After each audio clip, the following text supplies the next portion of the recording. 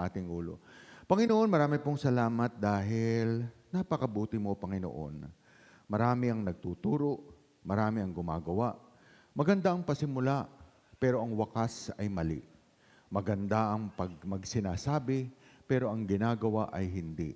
Panginoon, turuan mo kami na patuloy naming gawin ang kabutihan para sa katapusan ay kami ang aani. We ask you this through Christ our Lord. Amen and amen and amen. Palakpakan po natin ang ating Panginoon. Ayan, tayo po. Sabi dito, don't live. Huwag kang mamuhay. Di ba? At huwag kang magtuturo ng mali. Sabi nga dito, it's better, sabi na, finishing is better than starting. Patient is better than pride. Ano ba ibig sabihin nito? Alam mo, marami po. Di ba? Sabi nga dito, naalala ko nung dati ako. Sabi niya, Brad, bakit ikaw labas-pasok sa simbahan? Sabi, Brother Pedring,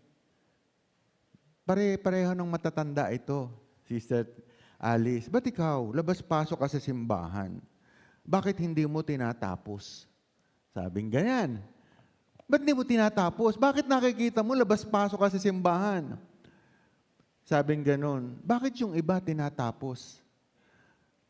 Sabi niya, pag tinignan mo ang buhay, yung labas-pasok, dahil ba ikaw, yun ang natutunan mo? Kasi pare-pareho sila eh. Pare-pareho sila nag-aral. Pare-pareho sila nag-aral. Pero yung isa hindi nakatapos, yung isa nakatapos. Sabi dun sa isa, ganyan din ba ang ginagawa mo, kanya ka hindi nakatapos? Lahat ng eskwelahan napuntahan mo, pero hindi ka nakatapos. At dito rin, sabi niya dito, napaka-importante sa atin na pag ikaw ay pumasok, huwag ka munang lalabas, kailangan mong tapusin. Bakit? Ang sinasabi dito, kahit nagpabaptismo ka, walang halaga kung hindi mo pinapatuloy ang iyong ginagawa. Kahit na ikaw ay nagsimba, 7:45, nandito ka na, pero hindi mo tinapos ang preaching, wala pa din. Ano sabi dito? Finishing is better than starting. Ang ganda ng simula, aaga. Pero bandang huli, kapos, dahil nagutom na, umuwi na. Ano sabi dito? Let us run for endurance so that Jesus will love us. Ano sabi dito? Kanya po tayo nagsisimba. Dahil ang gusto natin, di ba, tapusin. Bakit? God desire us to finish well. Bakit? Ang gusto ng Panginoon, makarating tayo sa langit. Shall we say amen? Di ba? Palakpakan natin ang Panginoon. Ang Panginoon gusto kang makatapos. Gusto kang mapunta sa langit. Dahil bakit? Marami ang nagsasabi, Panginoon, Panginoon. Pero hindi lahat sinusunod ang utos. Matthew 7:21. Kasi kanya po dito, napaka-importante po sa atin na ang lahat ng bagay tinatapos natin. Bakit? Kahit po sabi nga, don't teach and live lies. Marami ang daldal ng daldal. Sabi nga ni Brother Roldan, ang Pilipinas napakagulo. Bakit? Lahat po abogado. Lahat nagsasalita kahit nanonood lang. Ang sabi ng Panginoon, don't teach lies and live lies. Bakit? Hindi ka naman abogado, nagpapaka-abogado ka. Minsan, tricycle driver, nanonood lang. Alam mo, mali siya. Bakit mo nalaman? Tricycle driver ka lang. Di ba? Tambay sa kanto. Kung magturo, ganito dapat ang tama, ganito tama-tama.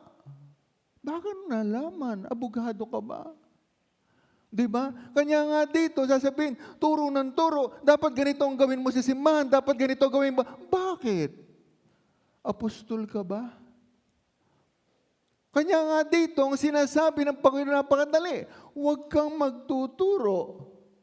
Tingnan mo muna ang sarili mo, don't teach lies and live a liar. Sabi dito, bakit? Ang lahat ng sumusunod sa mag-asawa lang, huwag tayong lumayo. Dapat alam mo tungkulin mo. Lalaki, babae, alam mo tungkulin mo. Pero marami ngayon, hindi alam ng lalaki na mag-asawa kung ano tungkulin niya at saka tungkulin ng asawa. Sabi niya dito, si Sister Loida, nakita niyo ano sinabi niya kanina? Nagpapasalamat ako sa Panginoon dahil yung una naming anak ay number 3, yung number 2 na anak namin ay number 1. Wala lang. Number 1, number 2. Ano sabi dito? We plant the seed. We plant the seed. We plant as a parents the seed. God give the harvest. Ano pinaplano namin? Ano tinatanim namin sa anak? Hindi namin sinasabi mag-aral ka. Ang sinasabi namin, makinig ka. Makinig ka. The Word of God. The Word of God. The Word of God. You sing. You sing. You sing. You memorize the praises. You memorize the Scripture. You memorize the Scripture. And we plant the seed of God. But God give the harvest. Sino natutuwa? Panginoon. Sino tuwan-tuwa? Kami. Bakit? Tuwan-tuwa kami. We're jumping up and down. You know why? Because we harvest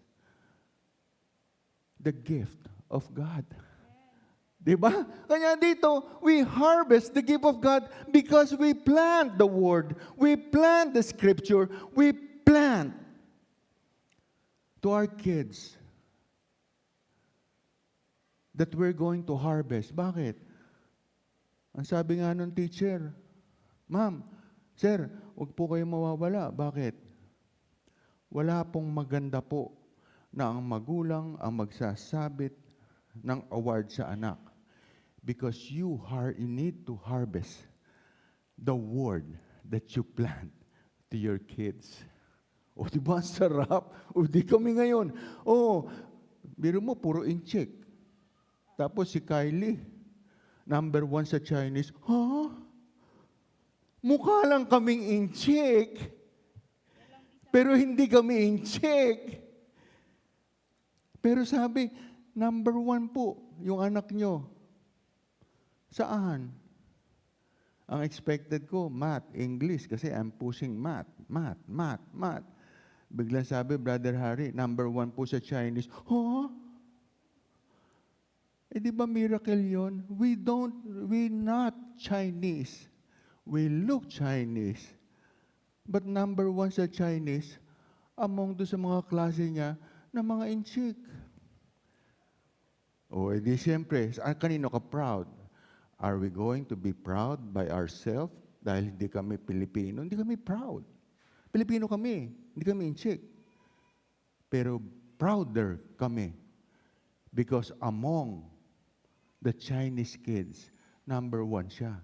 Sino may gawa nito? Di ang Panginoon. Hindi ka naman Chinese. Sasabihin ko, alam mo, kanya number 1 yan? Bakit? Yung pastor Chinese Paano ka naging Chinese? Ang itim mo.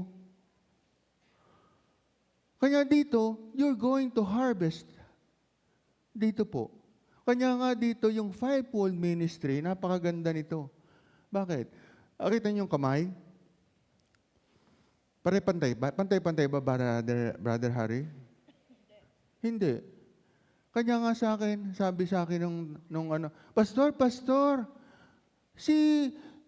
ano ba, pwedeng maging pastor? Bakit nagtuturo? Diba? Magkaiba? Ito bang teacher, pwedeng maging pastor? Ito bang preacher, pwedeng maging pastor? Bakit ang apostol napakalayo? Ang apostol ay napakalayo dahil hindi mo siya kayang pantayan. Kanya dito, hindi mo pwedeng pagsama-samahin yan, ang evangelist pwedeng pastor, ang teacher maging pastor. Bakit? Because we live in a different objective. Tayo rin. Hindi pwede. Kanya nga dito, hindi ko pwedeng turuan si Brother Roger. Brother Roger, ganito pagkanta. Alam mo, mali ka. Hindi pwede. At si Brother Roger, hindi niya ako pwedeng turuan. Pwede niya lang akong sabihan, pero hindi ko pwede. Bakit? Dahil kanya kami ang role.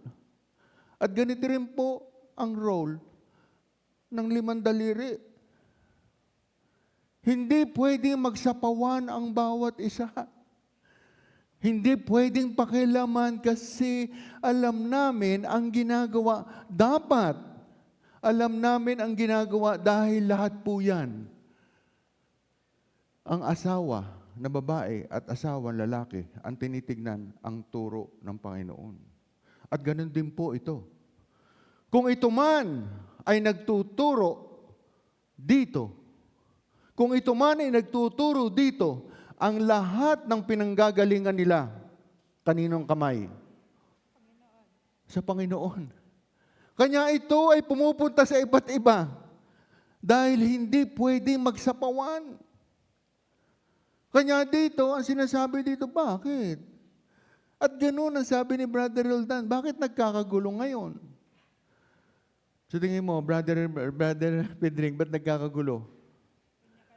Dahil nagsasapawan. Ito nga, hindi mo pwedeng pagdikitin yung 3 eh. O sige, subukan mo 4, pagdikit-dikitin mo. Mahihirapan ka, Brother Pedring. Bakit hindi mo pwedeng pagsamahin? Tatagal ka ba na nakaganyan ka? Ano ginagawa? Bubukan mo yan. Dahil iba't iba ang role niyan. Paano mong tuturuan to? Iba-iba kayo ng role. At lahat ng itinuturo dapat nanggagaling sa Panginoong Hesukristo. Even the apostle, kahit na itinuturo niya itong 4, saan nanggagaling ang tinuturo ng apostol? Sa Panginoon. Kahit ito ay nagtuturo na propeta, saan nanggagaling ang kanyang dugo? Sa Panginoon. At ebanghelista, sabi nga dito, kanino nanggagaling? Nandito. Pero ang mundo po ngayon, gulong-gulo. Bakit? They are not finisher of this word. They are a good starter, pero hindi good finisher. At ganun din po ang pananampalataya. Marami nagsisimba. At a good start. First 10 minutes, they're awake. After 10 minutes, they're doing things differently. And after 10 minutes, they're sleeping. And they're not a finisher. Diba? Ganon din ang fivefold ministry. Pagka ikaw ay nawala, hindi pwede na ikaw ay hindi mo tinatapos ang mensahe. Bakit? Ano sabi dito? Di ba? Ang fivefold ministry po, sabi nga dito, pag titignan natin, ganyan po ang buhay ngayon. Ang buhay po natin, sabi nga dito, o yan, sino namamalansya? Yung babae. Nakakaluto ka na ba, darling? Honey, nakalaba ka na ba? At ngayon po, babae at lalaki, ang babae, nagpapakalalaki, at ang lalaki, nagpapakababae. Yeah, and you cannot tell the difference. You cannot the difference of lies and truth. Bakit? Makikita mo, paggabi, hindi mo na alam ang lalaki, babae. Hindi mo na rin alam ang totoo at hindi. Hindi mo na alam kung ang nagsisimba, totoong nagsisimba o hindi. Bakit? Sabi nga dito, I'm with you always. Ang Panginoon lang ang nakakaalam kung sino ang totoo at hindi na nagsisimba. Bakit? Because God knows if you're a devil and you're a saint. Because sabi dito, Matthew 28:20, I know you. Di ba? Sabi niya naman I know you. Hindi ka makakapagtago sa akin. Kahit na ikaw ay umupo sa isang sulok o natatabingan ng poste, hindi ka makakapagtago sa akin. Because I'm with you. Ano sinasabi? Kaya po ito, kanina, sabi ko nga, nung namatay ang ating pong lola, sabi dito, alam mo ba ang travel time from Manila to Bacolod? 650 kilometers. Ang Manila to Hong Kong, 1,200 kilometers. Ang layo. Ang sabi dito, tinanong ko si Brother Banji, si Brother Budong, Brother Budong, ilang araw ang tinapos, ang biyahe mo? 2 araw. Alam mo ba yon, 2 araw? Mahirap, madali? Mahirap. Pero may mas mahirap. Alam mo ba itong mga ibon na to? Para makakain lang. Ang tinatravel niya ay 11,000 kilometers without food, without water. Ang ibon ay lumilipad ng 11,000, ano sabi yan? 11,000 kilometro.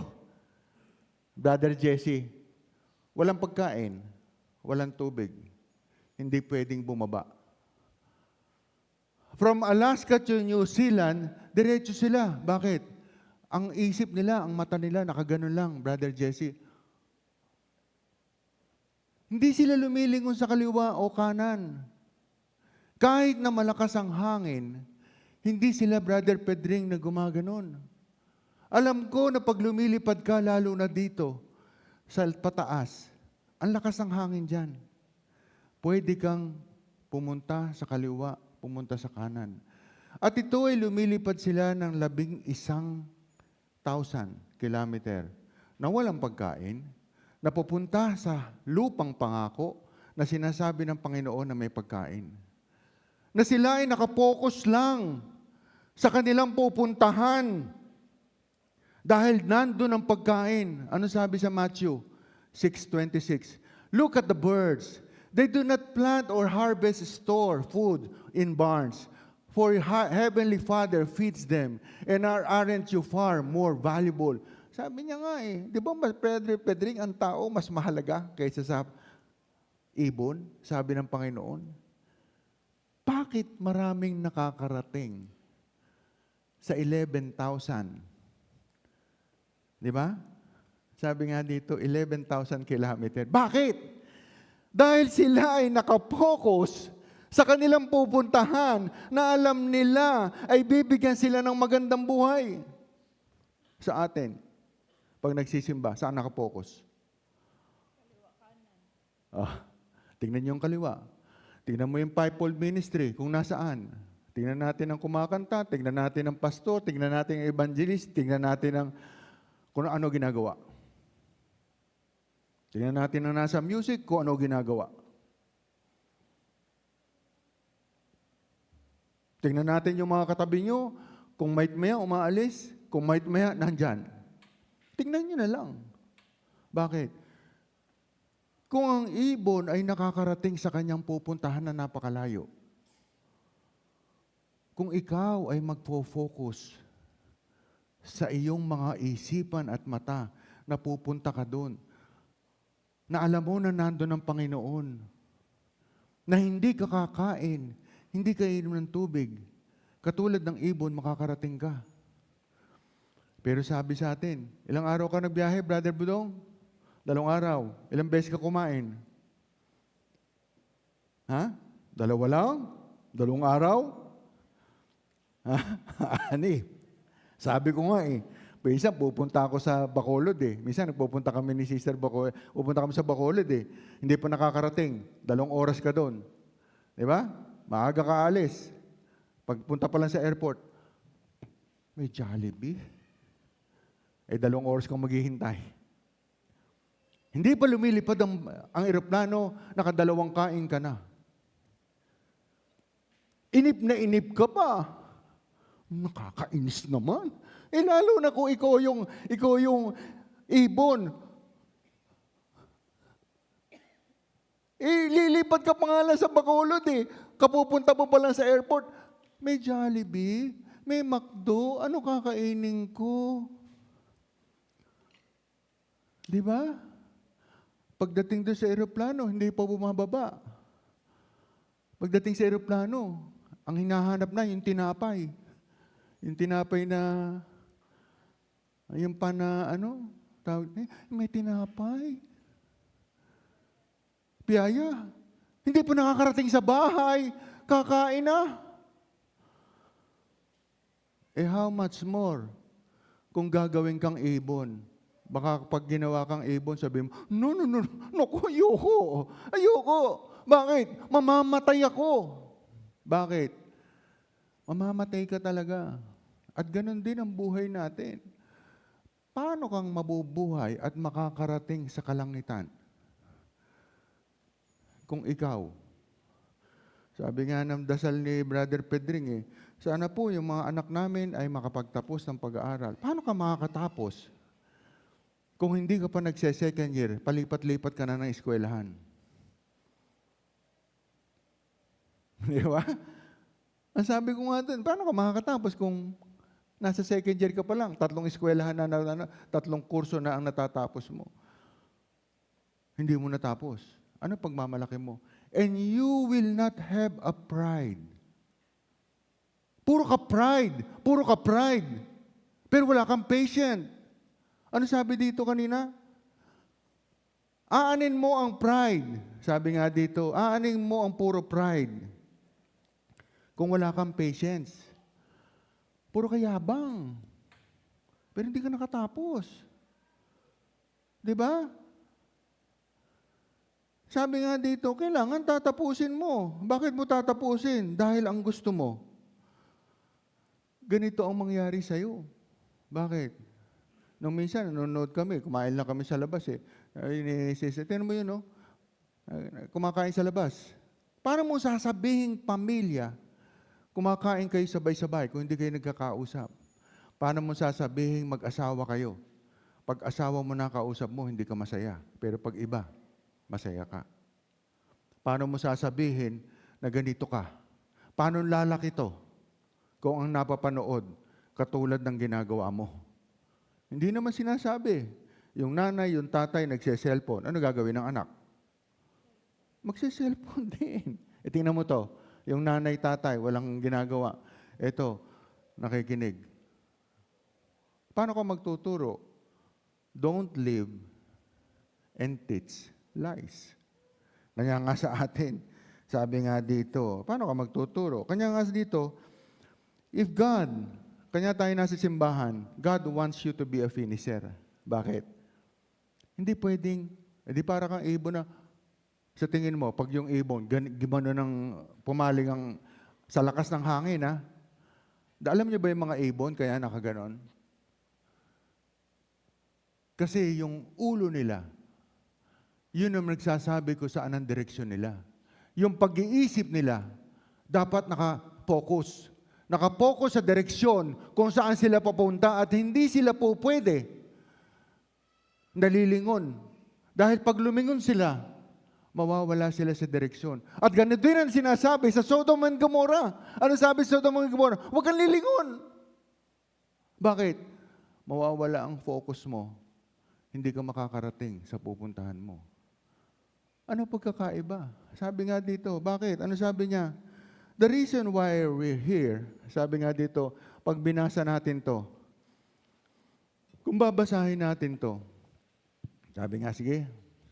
Karunungan ay pinakapangunahing bagay, kaya't kunin mo ang karunungan, oo, sa lahat mong kukunin ay kunin mo ang unawa. Amen.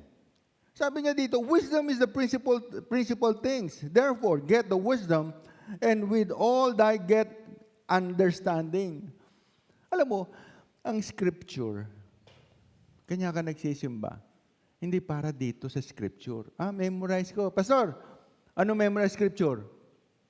Sabi ko, Matthew 7:21. Kabisado ko yan. Ang lahat ng tumatawag sa Panginoon ay hindi talaga nangyayari.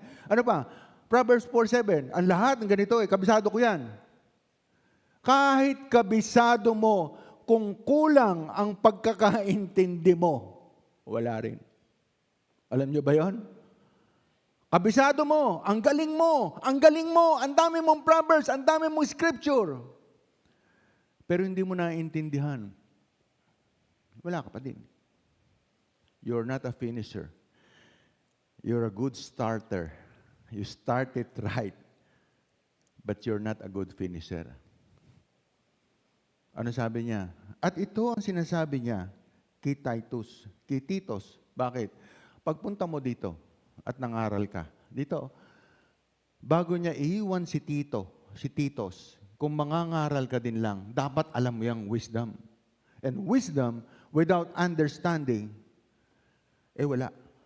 Dapat may wisdom ka, may scripture ka, may understanding ka, dahil ikaw ay hindi maliligaw. Bakit sabi niya? God's plan is always best. Sometimes process painful. Totoo po yan. Ang Panginoon, lahat ng plano ng Panginoon, napakabuti. At tama. Sabi niya dito. At napakahirap. But don't forget that when God is silent, He is doing something. Alam mo, sa ating pong pagdadasal, nabanggit ni Brother Roldan, nakakatuwa po, prayers and fasting. Alam ba yung prayers and fasting? Kukunti lang ang gumagawa nito. Bilang lang sa daliri. Merong iba, naghahandog. Pero yung prayer and fasting, kakaiba to. Bakit?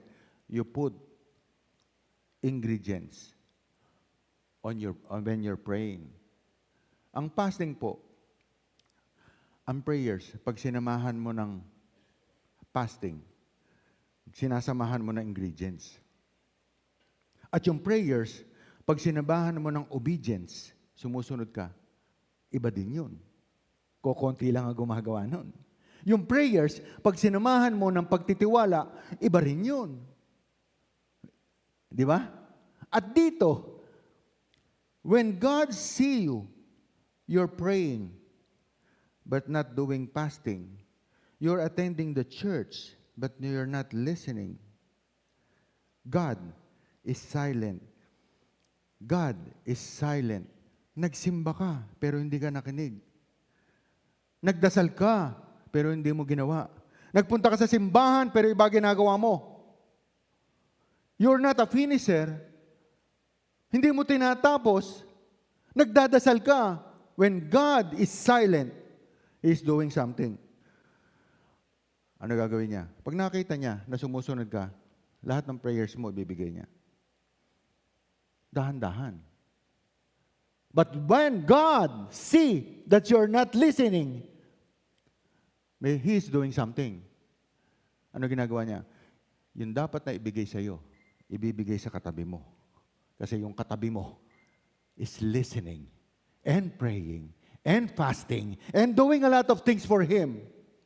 Oh, ngayon, labas-pasok ka. What do you think God will give you?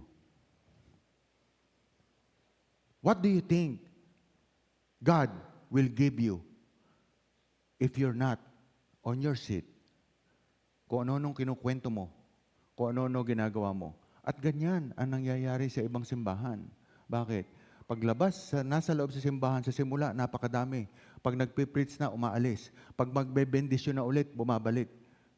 And we as Christian do not do that because we do not want to break the trust of God. Bakit? Because the more God trusts you, the more graces that you will be given. And God will be a finisher. Bakit? The more na ikaw sumusunod sa Panginoon, finisher ka. At hindi mo malalaman, tumatanda ka at pagtanda mo, na yung sakit mo inaalis. Pagtanda mo, pinapalakas ka. By the time na ikaw, hindi ka natatanungin ng Panginoon, bakit ka nandito sa langit? Bakit? Alam na niya.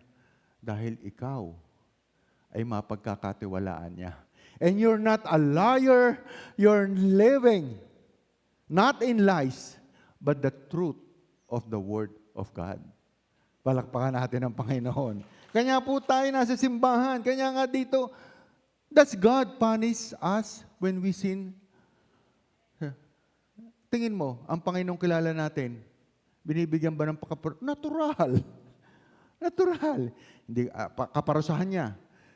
Pag sa church pa lang, hindi ka makarinig, hindi ka tatapusin ng pag-aaral. Your will be nothing. Bakit? Sa simbahan nga na simpleng-simple, hindi mo hindi ka nakikinig eh. Paano ka pa makakapagtapos? Pangalawa, paano mo susundin ng magulang mo kung sa simbahan hindi ka sumusunod? Paano mo susundin sa simbahan? Paano ka makapagtapos kung yung pastor hindi mo alam kung ano sinasabi o hindi? Sabi ko nga dito, alam nyo, sabi ko nga dito, masarap mag-asawa. Alam ba? Masarap mag-asawa. You're a good start. It's a good start when you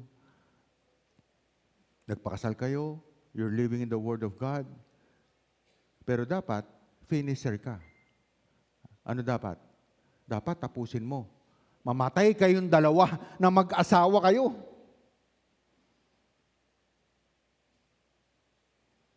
Hindi totoo na mamatay ang isa, mag-aasawa ka. Bakit? You're not a good finisher. Finisher ba yun? You cannot stand on your own? Ano sabi dito? Kanya nga bilang Christian, dapat you're a good finisher. Bakit? Kanya nga tayo ang sinasabi. Sabi ni Brother Roldan, huwag ka muna yunahin mo. Di ba pinreach niya? Ano sabi niya? Huwag ka muna, basta. Bakit? Dapat mamili ka. You need to be a good finisher. Bakit? Dahil ang pag-aasawa, pagka yan, kinasal kayo, is a good start. Pero dapat, tatapusin nyo. At pag tinapos nyo dapat ng very good ka. Ano ibig sabihin? Hindi ka nangalunya, hindi ka ginawa. Diba? Hindi mo ginawa ang mga bagay. You need a good finisher. Ngayon, pare-pares tayo na nagkasala. I'm not saying I'm perfect man. But I'm saying is I'm trying to be Jesus Christ na sinasabi, ginagawa ko. Bakit? Dahil I've been na-teach ako ng mali. Ano tinuro sa akin? Ang daming babae. Mag-asawa ka ulit. Ang daming lalaki. Mag-asawa ka ulit. The more, the merrier, the better. Kalokohan. Ang ganda-ganda ng asawa mo nung napakasal mo. Bakit pumangit? Sa tingin mo, bakit pumangit yung asawa mo? Ha? Siguro sa konsume. Dahil di sa'yo. Tapos magsisisi ka. Sa tingin mo, yung asawa mo. Di ba? Yung asawa mo, pogi-pogi dati. Batang-bata pa. Bakit tumandang bigla? Di na konsumi din. Pero pag nasa Panginoon kayo pareho, katulad ng sinasabi ko kanina, pag kayo ay nasa Panginoon pareho, and you know God, ito po ang masasabi, and we are the bride of Christ, ang sinusunod natin. Kanya tayo bumabata because we are a bride of Christ. Ang sinasamahan natin ay ang Panginoong Jesucristo, ang sinusunod natin ay ang Panginoong Jesucristo. Kanya dapat, pareho niyong alam. Tama? Dahil ang mga nag-aasawa po ay parehong hindi alam na may Panginoon. Parehong hindi alam. Sabi nga dito, parehong, sabi nga, nagtatanga-tangahan. Parehong magaling. Ano nangyayari? Walang nangyayari. Bakit? Ano tuturo mo? Kung parehong mali. Kanya nga dito, ang sinasabi niya, ang Panginoon, nakilala ko, nagpaparusa. Kanya tao, sabi nga dito, sa anak ko, pa, bakit ikaw, pastor, nagagalit?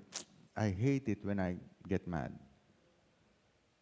Pero I pray na huwag akong magalit. Dahil ang sinasabi ko palagi, I need more of the Word of God. Di ba? Kailangan ko pa rin pagtibayin.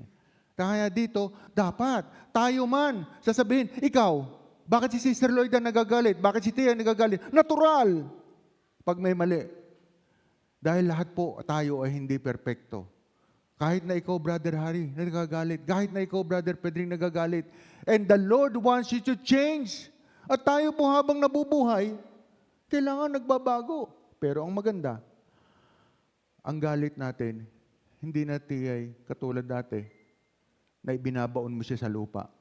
nagagalit tayo, mababaw lang. Dahil ang sabi ng Panginoon, my revenge. My revenge. Ang sabi niya, layuan mo at sa akin ang pagganti. O bakit ka dikit ng dikit? Dikit ka ng dikit. Natural, magagalit ka. Lumayo ka. Bakit? Ang Panginoon ang gaganti. At natural sa atin, may magalit. Kahit na ako. Sasabihin niya, ba't ikaw ganun? Natural. Pero hindi na katulad ng galit ko dati na nagmumura, nanununtok, humahawak ng armas. Bakit? Dahil alam kong galit. Dahil tao ka, minsan hindi mo mapigil. Pero no, na magmumura ka. No, na gagamitan mo ng baril. No, na manununtok ka. Dahil ang panununtok at ang galit nasa Panginoon. Kanya dito, ang sinasabi niya dito, bakit? Basahin natin.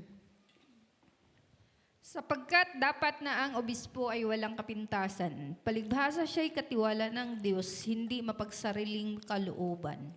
Hindi magagalitin, hindi manggugulo, hindi palaaway, hindi masakim sa mahal ay nakapakinabangan. Ano sabi niya?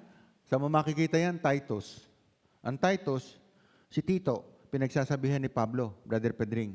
Sabi ni Pablo kay Titus, Tito, pagpunta ka doon sa creek, dapat ikaw ay isang obispo. Dapat wala kang kapintasan. Dapat, palibasa, ikaw'y katawalan ng Diyos, hindi ka mapagsariling kalooban. Huwag kang, ano tawag doon? Huwag yung di ba? Parang ganito. Huwag kang magagalitin. Kasi bakit? Ano sabi sa Titus? Sino daw yung mga nasa Titus?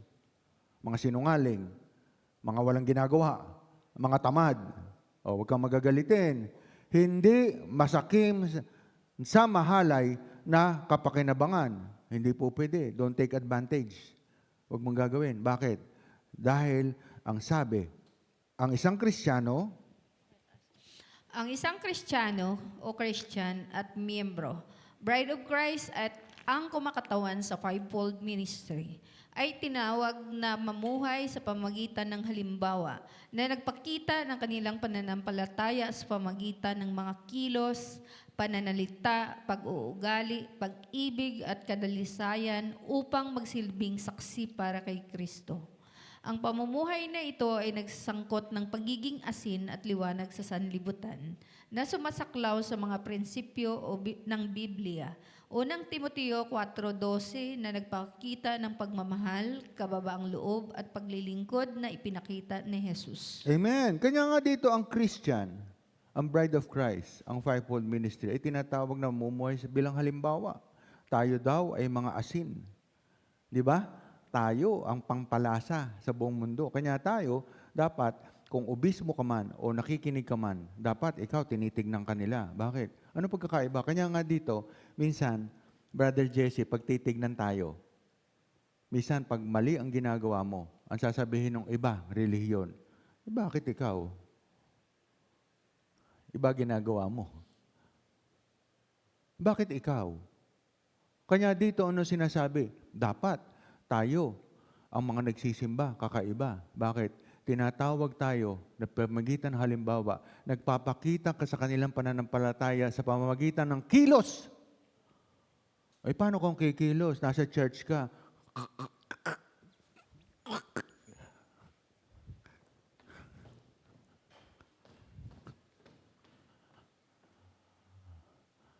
Kilos, pag-ibig, gawa. Sa pamumuhay na ito ay para tayong asin. Saan mo makikita yan? 1 Timothy 4:2. Pakita natin na tayo maka-Diyos. Pakita natin na tinawag ka pang Bride of Christ, nasa Bukawi Church ka pa, pero pag nandito, meron tayong bago, miyembro, o nagpupunta dito, pag tinitingnan nyo, tingnan mo, Brother Jesse, ang mga katabi mo. Dapat nakikinig. Dapat nakapokus, parang ibon, Brother Bedring. Dapat nakaganon lang. Di ba? Alam ko, gutom kayo. Alam ko, pagod kayo. Pero para tayong ibon na nakaganon, alam ko, puyat kayo. Pero dapat, para tayong ibon na gumaganyan lang dito. Hindi ka pwedeng alisin ang focus mo. Hindi po pwede na kahit na tayo gagawin, kahit na sila ay natutulog. Sabi nga dito, Brother Jesse, kahit na natutulog sila, huwag mong papansinin. Bakit? Dapat maging maligaya tayo. Alam mo ba, Brother Harry, bakit maligaya ka pag may natutulog?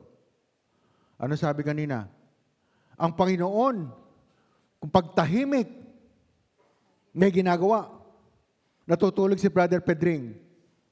Matulog ka lang. Yung biyaya mo, pag uwi niyan, akin mamaya. Dahil ang Panginoon ay binibigay niya hindi random. Hindi siya nag-iisip, dito, bibigyan ko kayo ng number. Bumilang dito ng 1 to 50. Number 54. Hindi ganun ang Panginoon. Kung ilan ang beses na umattend dito, hindi tayo binibigyan ng numero ng Panginoon para sasabihin niya, bandang huli, ang lahat ng bobonitin ko may 5,000. O di pagka uwi natin, tuwan-tuwa tayo. Sana ako. Hindi ganoon. Kanya nga sabi ni Roldan, kanina, Brother Roldan, dapat ang titingnan mo yung spiritual blessing. Diba sabi niya? Huwag mong titignan. Yung mga bagay-bagay na nakikita mo, dapat mas mahalaga ang blessing na spiritual. Dahil pag binigay sa iyo ang spiritual blessing, and the Spirit of God, punong-puno, siksik, liglig, at umaapo pa. Kaya nga sabi ni Sister Lloyda, huwag ka lang magkasakit.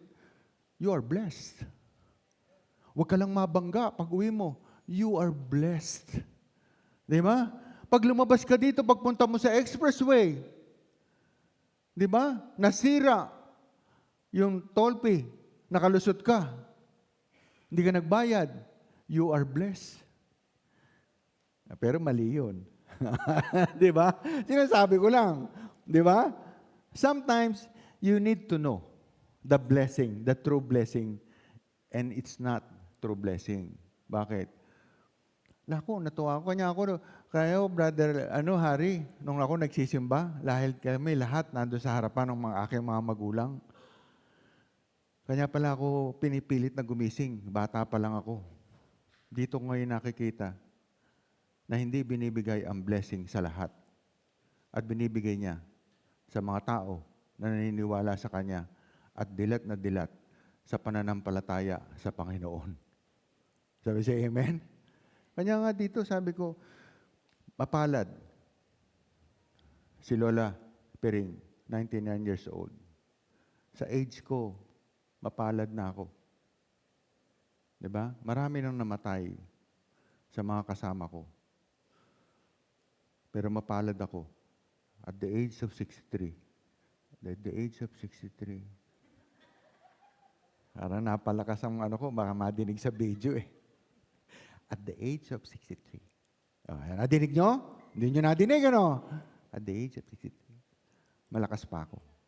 Ha? 3 lang. Pwedeng 53. Pwedeng 43. Bahala na kayo. Di ba? Pero sinasabi niya, bakit?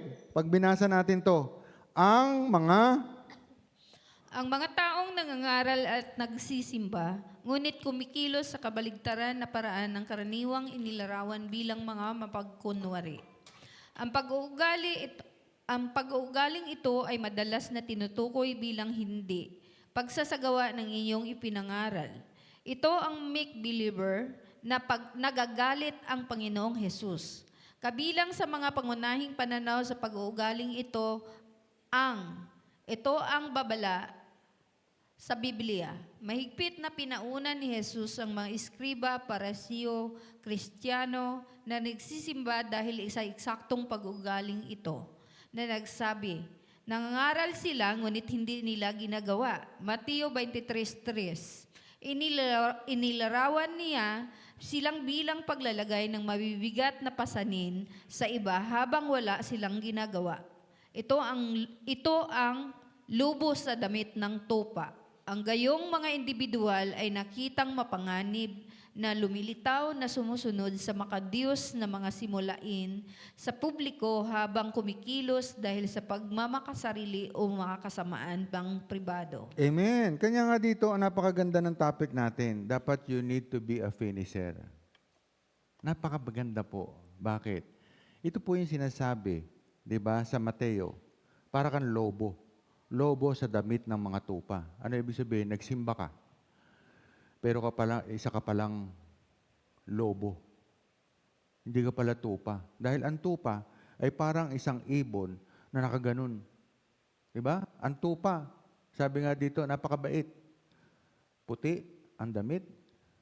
Kahit ano gawin mo, sumusunod. Yung pastol, pag sinabi, "Oli ka na, go, go, go, go." Gagano mo lang. Di ba? Pero ang lobo, nangangaway.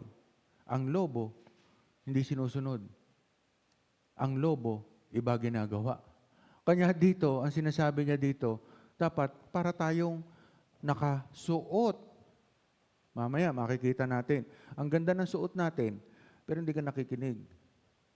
Bride of Christ, fivefold ministry, music ministry, dapat alam natin na meron tayong dapat gawin. At hindi tayo dapat nagsasapawan. Bakit? Dapat nakikinig tayo. Di ba? Pag oras ng pakikinig sa music, makikinig ka. Pag oras ng pag-preach, makikinig ka. Pag oras ng teaching, makikinig ka. Bakit? Dahil ang lahat ng bagay na yan, hindi dapat nagsasapawan. Dahil hindi po pwede. Kanya po diyan ginawa. God's hands, ito po, lahat yan ay nabubuhay sa salita ng Panginoon. Kanya nga dito, ang ilang mga tao, Ang ilang mga tao ay nangangaral ng mga bagay na hindi nila ginagawa dahil sa mapagkunwari na walang kabuluhan. Habang ang mga iba naman ay maaring nagsisikap na makipagdigma sa kanilang sarili, panghihinayang. Ang ilan ay maaring ituring din ang pangangaral bilang isang propesya na karira sa halip na isang personal na paniniwala. Gayunpaman, ang sadyang pangangaral ng maling ibanghilyo upang linlangin ang iba ay mahigpit na hinahatulan. amen. Kaya dito, sinasabi niya dito, hahatulan tayo. Bakit? Even our church. Pag ang music ministry natin, iba ginagawa. Pag ang mga evangelist natin, pagkatapos ng preaching, tayo man, iba ginagawa at napakaingay natin, we will be judged. Hindi tayo lalago. Bakit? Every time that we have somebody here, no. Sasabihin, parehas lang pala. Parehas lang doon sa pinupuntahan kong church, magulo. Parehas ng church na pinupuntahan ko, natutulog. Parehas ng pinupuntahan ko, hindi nakikinig. Parehas ng pinupuntahan ko, labas-pasok. Parehas ng ginagawa ng iba. Walang Biblia, walang pangunawa. Bakit? A call for prayers and fasting, tayo po magkaiba. Bakit? Tayo din po. Kung minsan, lumalampas ang preaching. Ang tawag dito, fasting. Di ba? Lumampas man ako. Pero ang pinapangaral natin, salita ng Panginoon, kahit ayoko. Tatanungin mo ako, ayoko lalampas eh. Bakit, Brother Pedring? Because I want to have a time. Pero dito po, ang sinasabi, kung lumampas man, because the Word of God, sabi nga, a call for fasting and prayer. Bakit? Sometimes, kailangan mo mag-fasting. Di ba? Kailangan mo kumain ng alauna. Bakit? Kailangan mong umain ng alauna para lang tapusin ang salita ng Panginoon. Di ba? At kung ang Panginoon man ay nabubuhay at nagsasalita dito, hindi mo pwede sabihin, Brother Pedring, Jesus, tapusin mo na. Nagugutom na kami. Ano sabihin sa iyo ng Panginoon? Sa tingin mo, ano sabihin sa iyo, Brother Harry? Umuwi ka na. Hindi naman kita kailangan dito. Nasabihin lang sa'yo ng Panginoon. Yun ang preaching niya. Pag sinasabi mo si Jesus ang nagsasalita dito during His time, ang tinatawag lang niya, yung Kanya. At yung hindi Kanya, pinapauwi niya. At ganun din naman papunta sa langit. Sabi nga ni Brother Roldan, ang pagpunta mo sa langit, hindi niya sasabihin. Bakit? Nandun yung pangalan mo. At kung wala yung pangalan mo, umuwi ka na. Kaya nga dito, ang sinasabi, hindi, tapusin mo na, nagugutom na ako. Hindi, umuwi ka. Walang nagpipigil sa atin. Walang nagpipigil sa ating matulog. Walang nagpipigil kung ano gawin. Bakit? Dahil si Lord, when God is silent, God is doing something for us. Yan ang paniniwala natin. Kaya nga dito, sa Romans 8:8, yan po. Di ba? That night God, kanya nga po dito si Solomon. Si Solomon po. Di ba? Si Solomon. Di ba? Si David. Kanya mahirap ang walang ginagawa eh. Alam mo ba si David? Kanya nagkasala? Sa tingin mo, bakit nagkasala? Si David. Ha? Walang ginagawa. Ganon din eh. Si David nagkasala dahil walang ginagawa. Habang yung iba nagtatrabaho, sabi ni Sister Sarah, si David, walang ginagawa. Ano ginagawa ni David? Wala, nasa simbahan. Ay, nasa balkonahe. Walang ginagawa. Tinitignan, habang yung iba nakikipag-away. Di ba? Kanya sa ating pong buhay, pag wala tayong ginagawa, ano ginagawa natin? Pag walang ginagawa, ano ginagawa ng isang tao? Ha? Tulog. Ano pa? Cellphone. Ano pinapanood? Wala. Ano pinapanood? Ano pagkakaiba natin kay David? Si David na walang ginagawa, ang ginagawa, yun. Ngayon, si David at tayo, parehas. Bakit? Pag walang ginagawa, bakit tayo nagkakasala? Oh, sa tingin mo, minsan, bakit ako? Sa totoo lang. Alam mo, sa totoo lang po, minsan nagkakasala ako.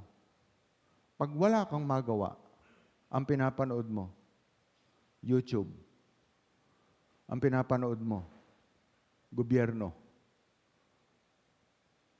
Comment ka ng comment, o di nagkasala ka. Sino tama? Yung nagko-comment. O, tingnan mo yung sarili mo. Ha? Bakit? Abogado ka? O, kung hindi ka naman nanonood ng YouTube, Sister Sarah, kung hindi ka nanonood ng YouTube, ano pinapanood mo? Ha? Naglalaro. Ha? Buti Shopee, kikita ka. Doon sa hindi ka kikita. Facebook. Oh, amen. Oh, ayun. Facebook, may nag-post. Ha? Sira ulo ka, no? Ako pinapatamaan mo, no? Comment ka ngayon, buwisit ka rin. Sabihin, napulot ko lang yun eh. Ako na naman. Kanya nga si Satanas, sabi ko nga, nung Wednesday eh, Brother Pedring, merong isa magbabarkada eh. Punta sa church. Di ba? Kumain. Pagkakain, Brother Pedring, tumaas ang presyon. Kakain, mga 2:00 na, naramdaman niya, tumaas ang presyon. Parehong hindi nakikinig sa simbahan, sa preaching. Tumaas ang presyon. Brad! May gamot ka ba? Tumataas ang presyon ko. Sabi nung isa, yung isa naman natutulog sa simbahan. Kumain na din. Ba't ako wala? Sabi niya, nung isa, Brad, si Satanas. Si Satanas yan. Tinutukso ka na naman. Kanya si Satanas, Brother Harry, nagagalit din. Ang sasabihin ni Satanas, bakit? Ako na naman? Wala naman akong ginagawa. Ikaw ang kumain ng lechon. Hindi mo binigyan si Brother Pedring ng balat. Magkatabi kayo. Si Brother Pedring kukuha na. Ang ginasabi mo, bigyan mo ko ng bigyan ng balat. Kaya si Brother Pedring nung pumipila, walang balat.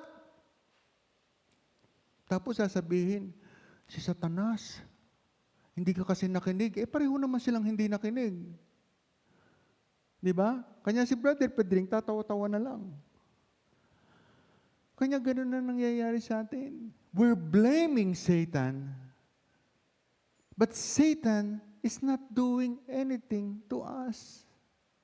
Dahil ang paniniwala natin, si Satan, pagka ang Panginoon na Hesukristo ang namuhay sa atin, tayo na ang susunod sa Panginoon at tayo ang gumagawa ng ating pong kamalian. Di ba?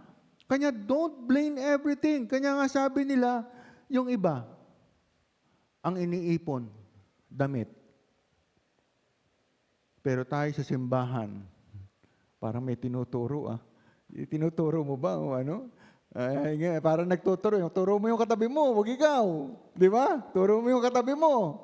O, yung iba, ang iniipon damit. Ano sabi dito? When you truly understand the word, it becomes wisdom that overflow into every part of your body.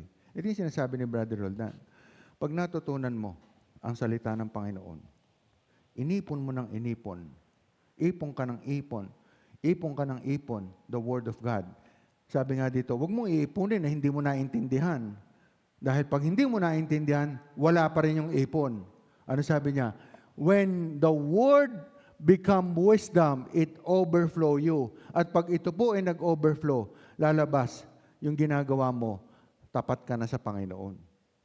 The reason why we're here is because God wants us to overflow yung Word.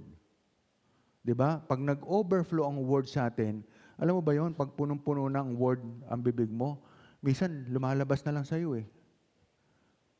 Hindi mo nararamdaman eh. Ano yan eh? Hindi ko na alam kung anong Matthew. Sabi niya, Matthew yun. Matthew 7:21. Ito yun. Matthew 28 yan. Pero hindi mo siya masabi na particular, pero nagagawa mo. At ito po ang sinasabi. The reason why you're here. Alam niyo ito? Pag punong-puno na, kaya nga dito, God has made life for addition and subtraction. Bakit may addition and subtraction? Dahil ang dati, tayo punong-puno ng kasamaan. Pag tayo punong-puno ng problema, ano tawag sa atin? Negative o positive? Puro ka negative. Lahat ng lumalabas sa bibig mo, masama ang gobyerno, masama ang kapitbahay mo, masama ang kapatid mo, masama ang church, masama ito, masama si Brother Harry, masama si Pastor Noel, masama si ganito, walang ginawang tama. Ibig sabihin, you're a negative person. When God give you word and become wisdom, dapat, pag yung word tinanggap mo, tatapon mo na yung masama. Bakit? Pag tinignan mo yung positive na word, ang tatapon mo yung galit. Bakit? Because God telling to you, yung galit nasa Kanya. So, aalisin mo ngayon yung negative. Papalitan mo, di ba, ng positive. At huwag mong pabayaan na yung negative stays in your soul or your heart. Bakit? Dahil ikaw, binigyan ka na ng Panginoon ng positive. Akin ang pagganti. Huwag ka nang gaganti. Di ba? Kanya dito, pag sinasabi niya, the reason why we have addition and subtraction, because when you add and add and add and add the Word of God, magmo-multiply. Ano magmo-multiply? Yung biyaya. Ang susunod nun, pag ikaw naging positive ka in your life, wala kang negative, ang mangyayari dito, mawawalan ka ng stress. Di ba? At pag nawalan ka ng stress, lalayo ang cholesterol mo, lalayo ang sugar mo, lalayo ang mga ano mo. Para bang sasabihin niyan, naglalayuan sila. Bakit? Dahil punong-puno ka na ng salita ng Panginoon. Sabi siya, amen? Kanya nga dito, katulad po ni Solomon, di ba? Si Solomon, sumobra naman. Bakit? Tingnan mo si Solomon. Ang sabi niya sa 2 Chronicle 1:10. Bigyan mo ako na ngayon ng karunungan at kaalaman upang ako'y pakitas. Bigyan mo ako na ngayon ng karunungan at kaalaman upang ako'y pumasok sa harap ng bayang ito, sapagkat sinong makakahatol dito sa iyong bayan na totoong malaki. Amen. Kanya doon po dito, ang gusto ni Solomon, huwag mo akong bigyan. Kasi karamihan sa atin, minsan, pag tayo nagdadasal, di ba? Minsan, pinagdadasal natin, pati kaaway natin eh. Sana mamatay ka na. Sana buwisit na to. Di ba? Sana maubusan ka ng swerte. Sana, kahit mali, pinagdadasal natin, Kahit bawal na pag-ibig, sana magkita lang kami, okay na. Sana ganito lang, magkita lang kami, pwede na. Kahit mali. Sana magkapera ako, kahit na mali. Sana magkapera ako. Sana madoble sweldo ko, kahit na hindi ako nagtatrabaho. Sana magkaroon ako ng benta, kahit na mali. Sana magkaroon ako. Ano ko ba? Kahit walang pagkakamali, pag tama ang ginagawa mo, God will give you everything. At ito po ang hiningi ni Solomon. Ang hiningi niya ay word and wisdom. Kaya nga sabi dito, nakita niyo yun? Word become wisdom, and wisdom become your action, and action become the graces of God. Kanya nga dito, hiningi ni Solomon ay salita. Sabi niya, alam mo, bigyan mo ako ng magandang salita para maglabas-pasok ako. At si Solomon, yun ang hiningi niya. Di ba?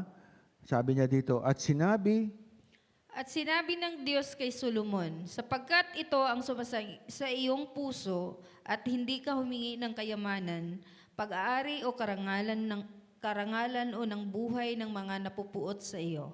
O humingi ka ng kaya ng mahabang buhay, kundi humingi ka ng karunungan at kaalaman sa ganitong iyong sarili, upang iyong mahatulan ang aking bayan, na aking pinagawan sa iyo na hari. Amen. Kaya nga dito, pag nakikinig ka, sabi dito, parang kay Solomon, pag si Solomon, nag-iipon ka ng kanyang salita. Sabi nga dito, you live by Scripture. You live by the Word. You live by the Bible. Ang mangyayari, bibiyaan ka. Tanong, yung bang word and wisdom naging pera kay Solomon? Si Solomon ba yumaman? Yumaman eh. Sobra-sobra pa. Hindi siya humingi ng pera, hindi siya humingi ng kalakasan, ang hiningi niya ay salita ng Panginoon. At ganun din tayo. Paano ka ngayon labas-pasok sa simbahan? Paano ka hindi makikinig? Kung ikaw hindi naniniwala na ang salita ng Panginoon ay kalakasan. Hindi ka nakikinig eh.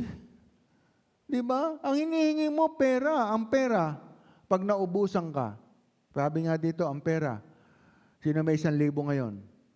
Taas ang kamay. Hindi naman ako manghihingi. Ayaw nyo itaas ang kamay nyo. Masama yan. Magiging 500 yan. Sino may 1,000 ngayon? Taas ang kamay. Yung 1,000, kailan tumatagal?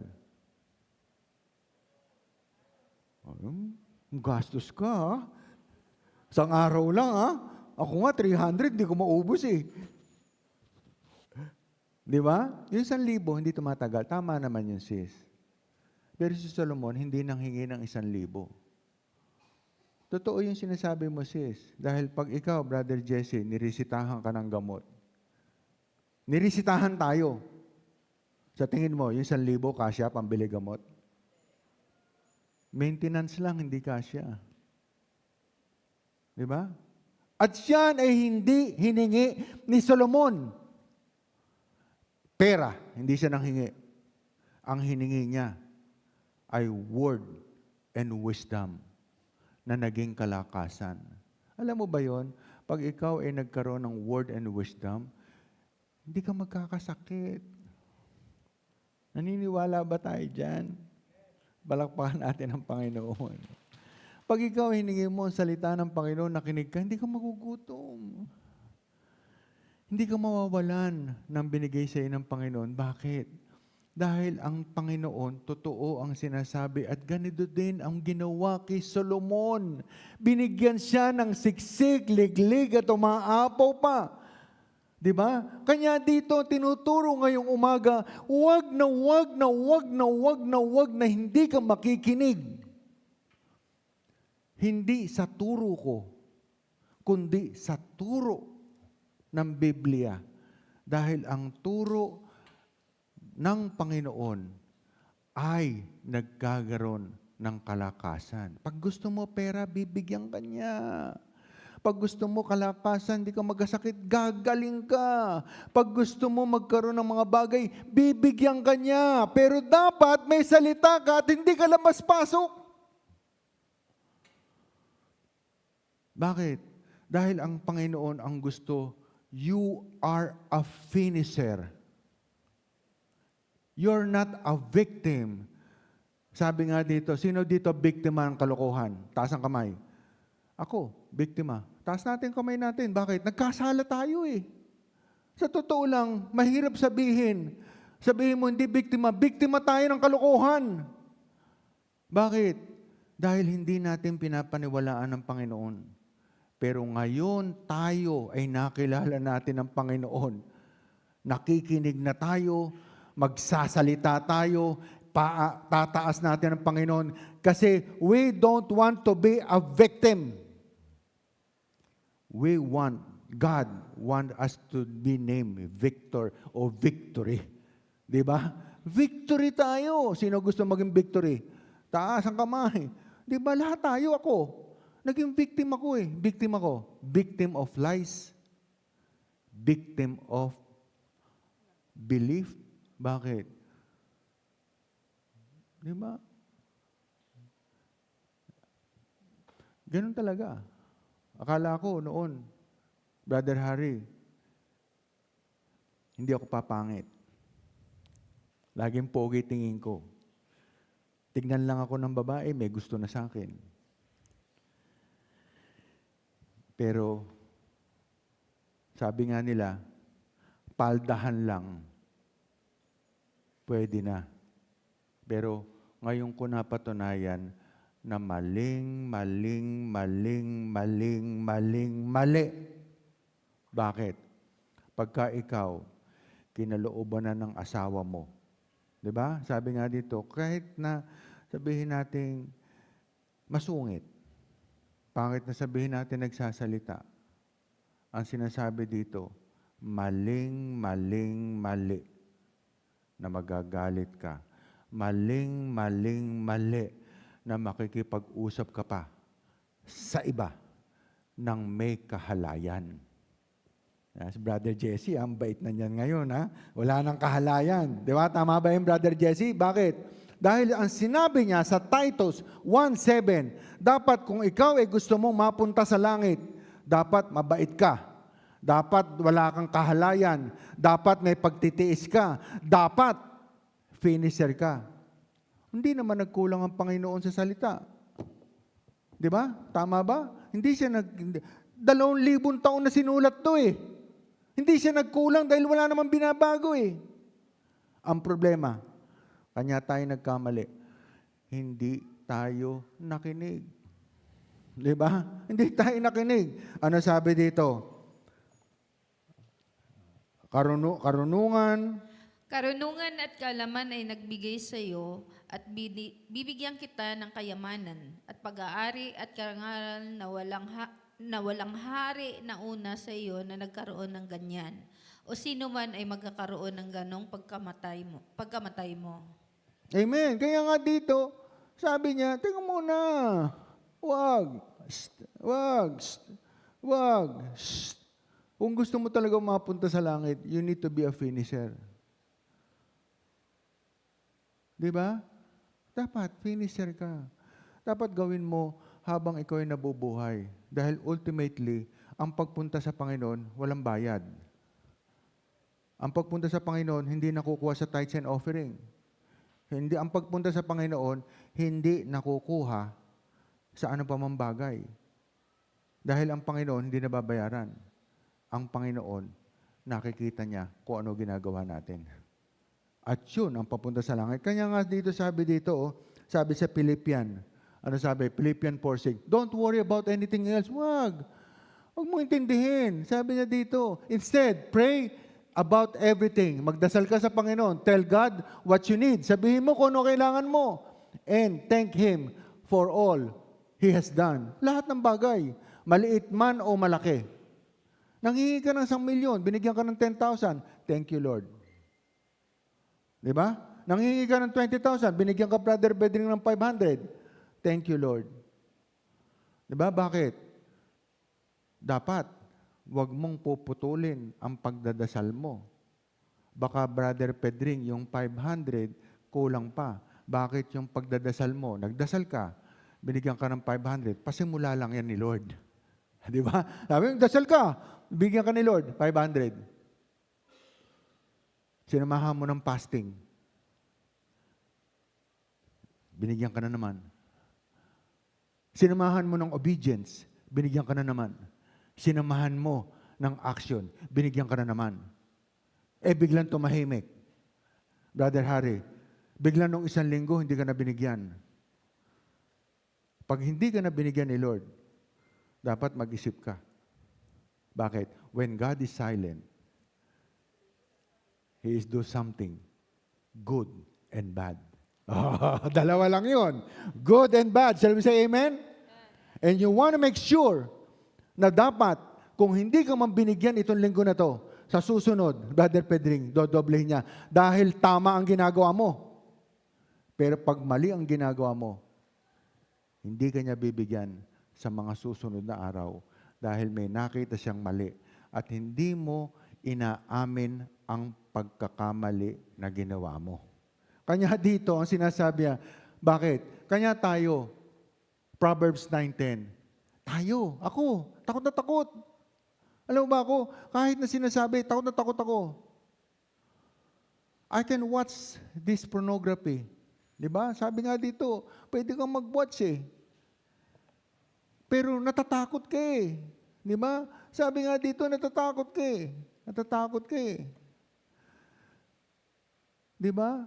Sabi nga dito, meron akong Netflix eh. Sabi nga dito, Brother Harry, minsan may mapapanood ka. May napapanood ako na sa simbahan, pero nagkamali. Minsan, makikita mo may excite ka. May excite ka dahil nakita mo taong simbahan, nagkamali. Na-excite ka habang nagkakamali. Pero at the end ng story, nakakalungkot. Lahat failure. And what does that thing implies to me? Alam mo, yung turo, para ba sinasabi sa akin, huwag kang magkakamali. Dahil pag nagkamali ka, yun ang nakukuha ko. Hindi ko siya na-excite dahil sa mga pagkakamali na ginagawa ng mga aktor o actress na nandun.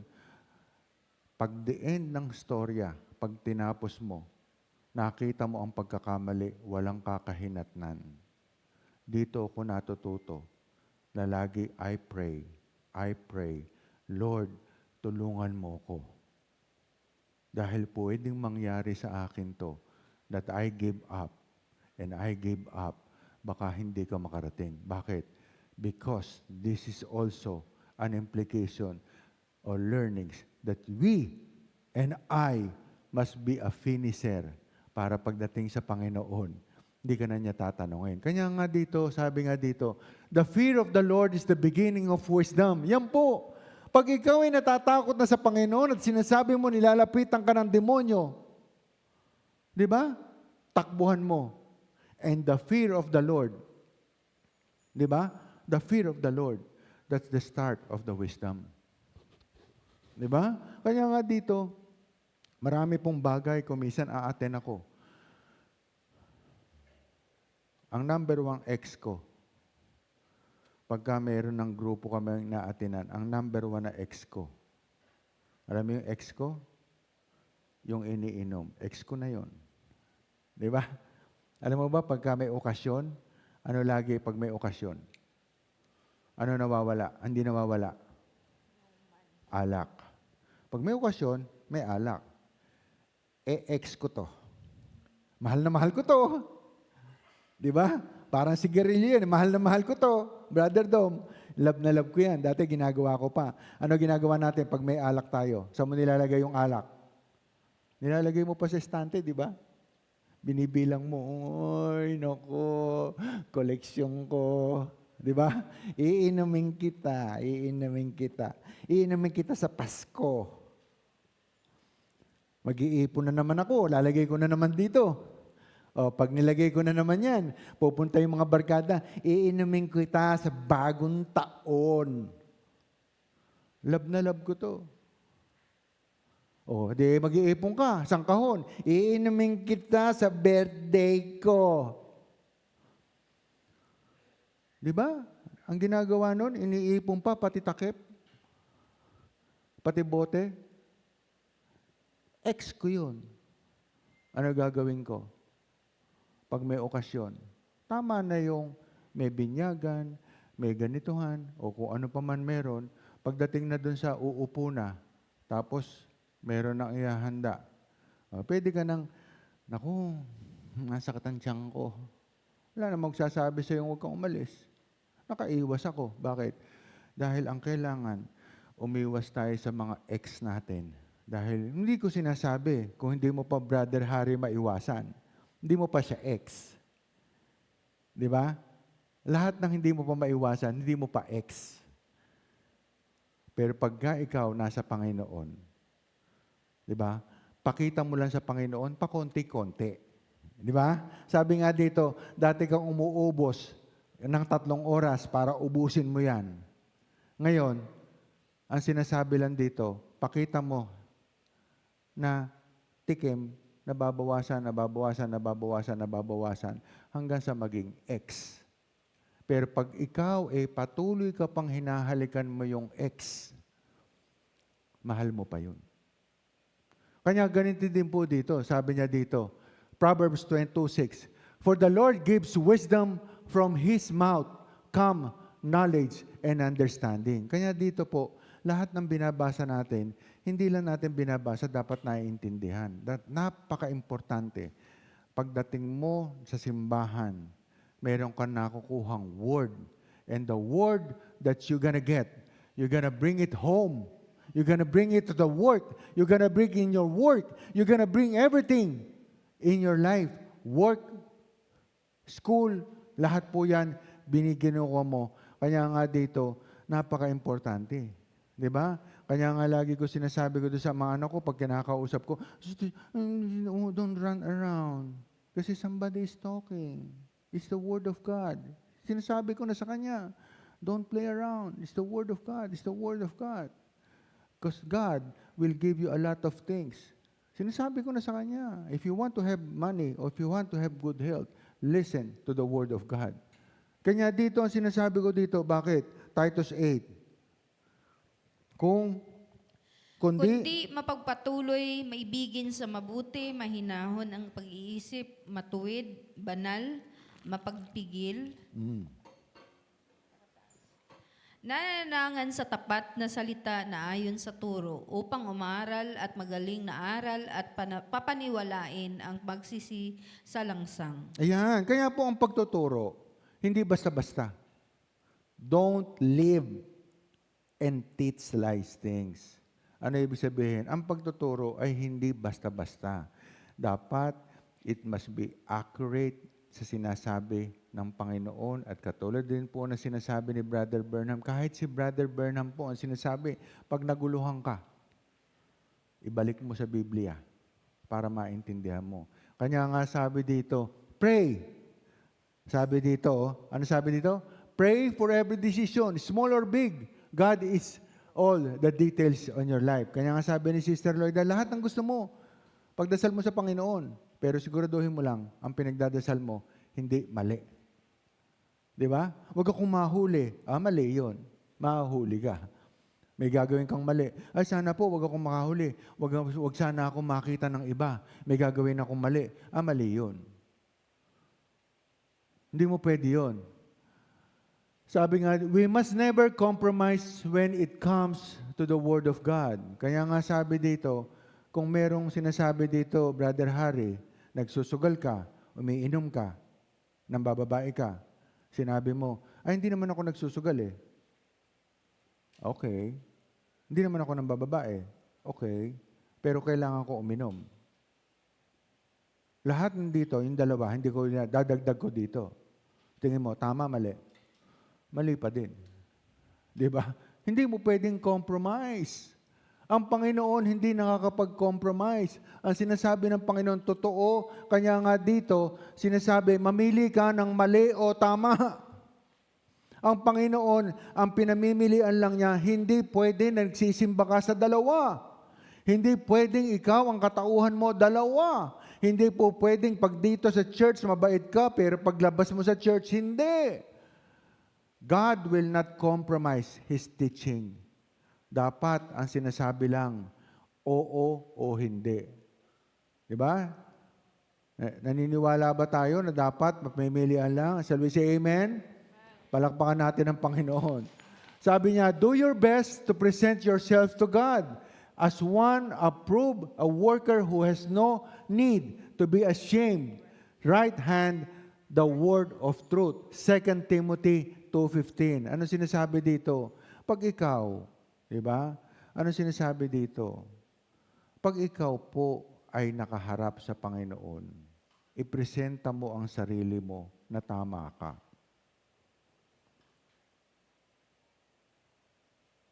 Hindi pwede na pag ikaw haharap ka. Para pag nasa opisina, sasabihin ganon, Brother Harry, diyan ba si boss? Pag wala si boss,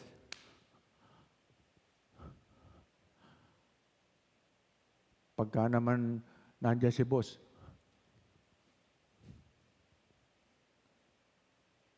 hindi pwede. Dapat, ganun din ang Panginoon. 2 Timothy 2:15. Kaya nga dito, lahat nasa Biblia na. Hindi po pwede na pagkaharap mo, asawa mo, you're faithful. Honey, I love you. I love you, honey. I love you. Pagdating sa likod, iba na ginagawa mo. Hindi pwede. Diba? Pagkasama mo asawa mo, I love you, honey. Pag ikaw malayo, I love you, honey. I love you. I love you so much. I love you so much. Pero pag talikod mo, hi. Kita mo? Wala akong sing-sing.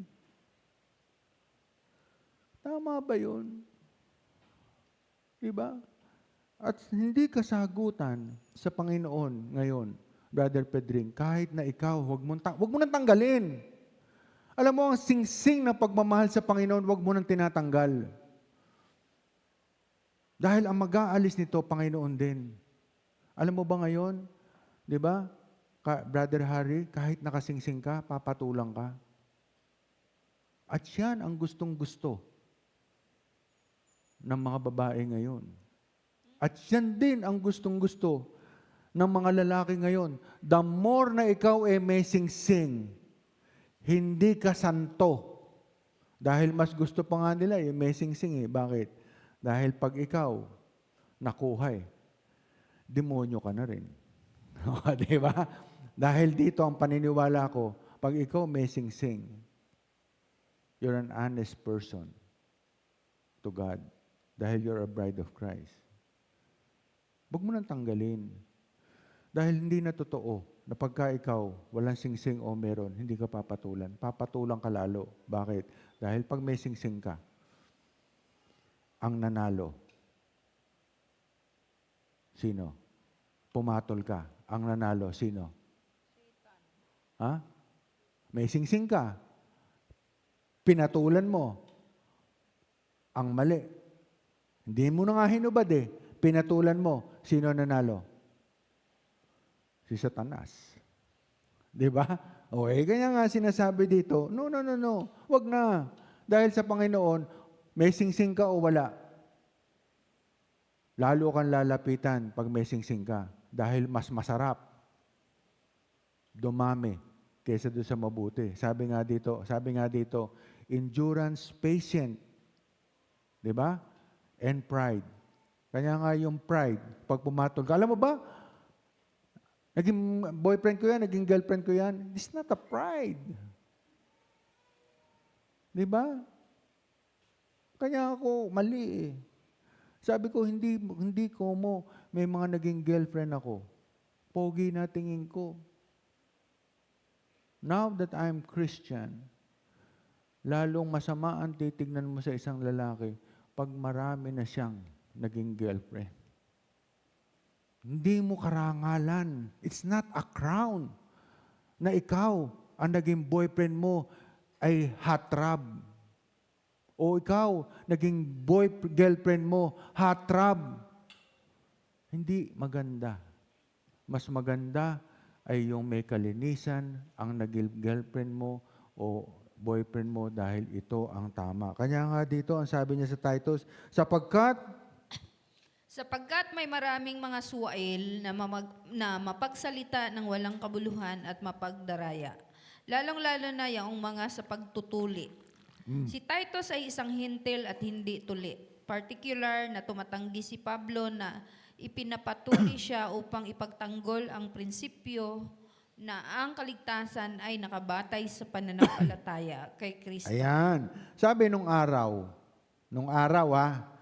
pag hindi daw tuli, ay hindi mahal ang Panginoong Jesucristo. Yan ang rules eh. Hentil at saka hindi hentil. Sabi niya, hindi ka kasi tuli eh. Dahil ang naniniwala sa Panginoong Jesucristo dapat tuli. Pero tingnan po natin ang sinasabi. Si Titus, sa ngayong araw sa Titus ngayong araw, wala nang pakialam doon. Pero sinasabi sa kay Timo, si Titus ay isang hintil at hindi tuli. Particular sa tumatanggi si Pablo na ipinatuli siya upang ipagtanggol ang prinsipyo na ang kaligtasan ay nakabatay sa pananampalataya kay Kristo kaysa pagsunod sa batas ni Mosaic. Ang kanyang dituli na katayuan ay nagsilbing pangunahing halimbawa sa mga naunang pinuno ng simbahan ng kalayaan ng mga hintil kay Kristo. Amen. Kanya dito yung iba, nagpapatuli para lang masabi na Kristiyano. Pero ngayon pong panahon, ang sabi niya, hindi ang pagsunod sa Mosaic law. Ang sinasabi po, kaligtasan ay nakabatay sa pananampalataya kay Kristo. Napaka-importante po, kahit tuli ka, pero hindi ka nananampalataya kay Kristo. Ano ibig sabihin? Hindi mo siya pinapakinggan, hindi mo siya sinusunod, hindi mo ginagawa, wala kang puro ikaw. Wala pa din. Ano sabi dito? Kanya po sinasabi ni Pablo, di ba, na ang pananampalataya, napaka-importante na ikaw pinapaniwalaan mo yung salita. The word become wisdom. Katulad ni Solomon, di ba si Solomon? Si Solomon ba nananampalataya? Ha? Yes. Oh, pero bakit? Ano nangyari sa kanya? Hulog sa maraming babae. Ano ibig sabihin? Tanong, nananampalataya ba siya? Oo, pero konti eh. Bakit? Ang ganda ng simula niya eh. Ito yung sinasabi natin na, sabi niya, dapat you're a finisher ka. Si Solomon po, ang ganda ng simula. Nakapagtayo ng templo, naniniwala sa Panginoon. Pagdating po dito, nakakatulog. Pagdating dito, iba ginagawa. Pagdating dito, iba ginagawa. Kanya pagdating sa huli, ano nangyari kay Solomon? Naging mapalad ba siya o hindi? Di ba? Namatay siya. At ngayon, pinag-uusapan natin. Pinag-uusapan natin si Solomon ang kanyang kalokohan. Bakit? Kanya ang ganda na simula eh. Simula niya ang ganda. Pero pagdating sa huli, is Solomon a good finisher? Hindi siya good finisher. Bakit? Paano siya magiging good finisher? Kanya nga, ang templo ni Solomon, hindi mo makikita. Alam mo yung nakikita mo, Brother Pedring, pag titignan mo, kahit tingnan mo, manood ka ng Google, manood ka. Search mo yung Google, nasaan ang templo ni Solomon? Wala. Durog. Bakit? Ganon din ang gagawin sa atin ng Panginoon. Lahat ng inipon mo, durog. Pag mali ang turo at pananampalataya. Kanya dito hindi pinag-uusapan ang templo. Ang pinag-uusapan, turo at pananampalataya sa Panginoon. Shall we say amen? Palakpakan natin Panginoon. Ayan. Kaya nga sabi sa Proverbs, mga sinungaling na labi ay kasuklam-suklam ng Panginoon. Ngunit ang nagsisigawa ng may katotohanan ay kanyang kaluguran. Amen. Kanya dito si Solomon, pagdating ng huli, mga sinungaling na labi na kasuklam-suklam sa Panginoon. Si Solomon ay magandang magsalita. Si Solomon ay nakapulutan ng aral. Si Solomon ay wisdom ang binanggit. Pero ang Panginoon, kasuklam-suklam sa Panginoon. Ngunit nagsinagawa. Bakit? Dahil hindi katotohanan ang ginagawa. Kaysa sa sinasabi, ano title natin? Don't live and teach lies. Huwag ka na magturo. Kung ang pamumuhay mo at gawa mo iba. Dahil kung ikaw, makikita ng anak mo. Alam mo, nakakalungkot, makita ng anak mo. Sabi nga dito, alam mo ba yung mga bata, hindi niya nakikita yung mga sinasabi mo. Hindi niya magagaya ang sinasabi mo. Ano ginagaya niya? Yung ginagawa mo. Kanya hindi mo pwedeng pagsabihan ng bata eh. Bakit? Dahil kahit na pagsabihan mo, nakaganon siya. Bakit? Nakikita niya sa'yo yung ginagawa mo at mas malakas ang impluwensya ng gawa kesa sa salita. Kanya po dito, napaka-importante. Kanya nga sabi dito sa 11, na ang kanilang mga bibig ay nararapat matikom. Mga taong nagsipanggulo sa buong mga basang bayanan na nagtuturo ng mga bagay na di nararapat. Dahil Amen. sa mahalay na kapakinabangan, Amen. greediness. Kanya nga dito, yan po yung ginawa ni Solomon. Di ba? Ang ganda ng mga turo. Oh. Di ba? Pero hindi siya nakontento. Hindi siya nakontento sa isa o dalawa. Babae, hindi siya nakontento sa 3. Bukod sa 3, may kabit pa. Bukod sa lahat, meron pa. So, ang mga bagay, sabi niya dito, dahil mahalay sa pakinabangan. Bakit? Yung greediness po ay nakita sa kanya ng Panginoon. Kaya si Solomon, lahat ng templo, how I wish na si Solomon buo yung templo. Palagay ko, kung buo yung templo ni Solomon, maraming pumupunta doon ng mga turista. Pero pag pumunta ka doon sa templo ni Solomon, makikita mo abo. Abo. Bakit abo? Abo ng pagkakamali. Kanya dito, yung mga nag-i-stay, di ba? Sabi nga dito, hindi natin pwedeng pag-usapan ang ganda ni Solomon. Maganda siya sa simula, maganda siya magsalita, maganda ang turo niya, maganda ang ginagawa. Pero hindi niya ginagawa ang kanyang mga turo. O ikaw magsabi, tama ba magkaroon ka ng 700 wives? O, tama ba? Sabi nga dito tatanungin kita sa may mga asawa Sabi nga dito, Brother Jesse, tinatanong ako Sabi niya, Brother Jesse, Pastor, tama ba magkaroon ng 2 asawa? Isa nga lang, hirap na ako Dadalawahin pa. Di ba? Hindi, totoo lang, mahirap Mahirap po. And kailangan mo, mahirap kung wala ka sa Panginoon. Pero kung ang asawa mo at ikaw ay nasa Panginoon, alam ko na hindi madali ang mag-asawa, Brother Jesse. Pero katulad niyan, kasama mo si sis.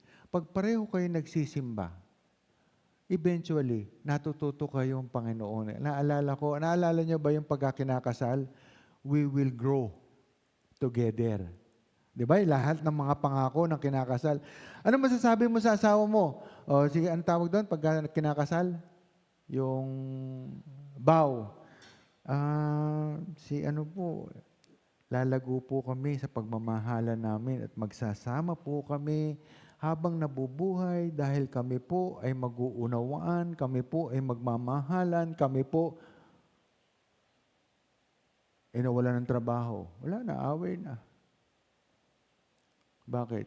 Dahil hindi nabuhay. Kanya ito po yung greediness. Ano sabi sa greediness? Greediness ay pangangailangan na higit pa sa kailangan.